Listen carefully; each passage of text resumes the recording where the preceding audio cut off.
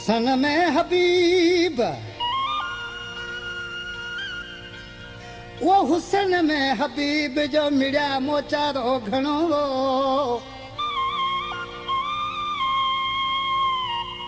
मर्ज़ में मन मुबतला अला अॻियां तन तबीब ओ करे कुर्ब करीब ओ दवा ॾिन मूं दर्द जी। दोस्तों हिन कलाम जे शार इज़त ॾींदा आज का महबूब विछड़ी हुनजा हाल हीणा थी विया।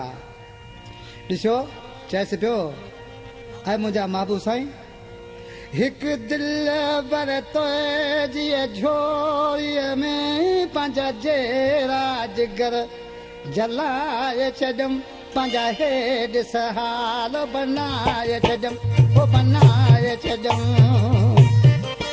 हिकु दिलि बर तोए जीअं झोरीअ में पंहिंजा जेरा जिगर जलाए छॾियमि पंहिंजा हेॾ सहाल बनाए छॾियमि ओ बनाए छॾियमि।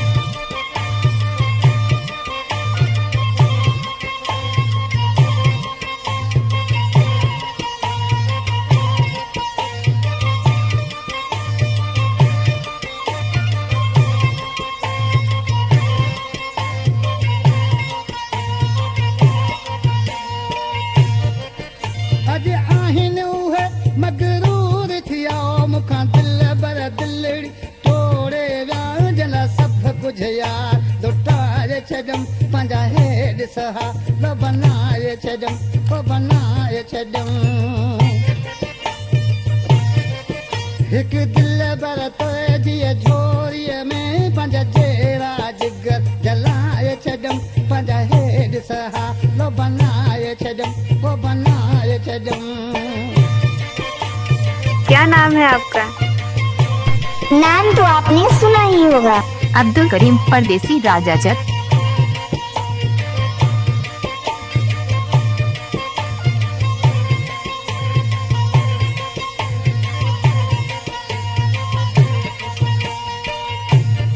ॾिसी यकता फ़कीर किरिया अचे पियो लिखियो क़िस्मत में यार हो मूंखां दिलि बर थी अॼु धार वियो रोई नेणे नीर वहाए छॾियमि सभु कुझु यार लुटाए छॾियमि ओ लुटाए छॾियमि।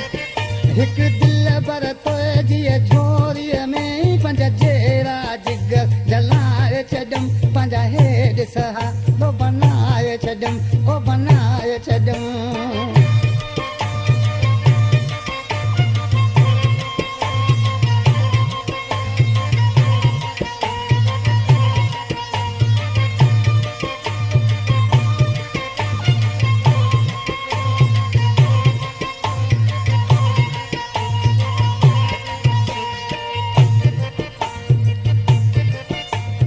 इज़त उहे यादि अचनि मुंहिंजा लुड़क अखियुनि मां लड़ियो पवन जिनी सोचनि में निंड फिटाए छॾियमि पंहिंजा हेॾ सहाल बनाए छॾियमि ओ बनाए छॾियमि।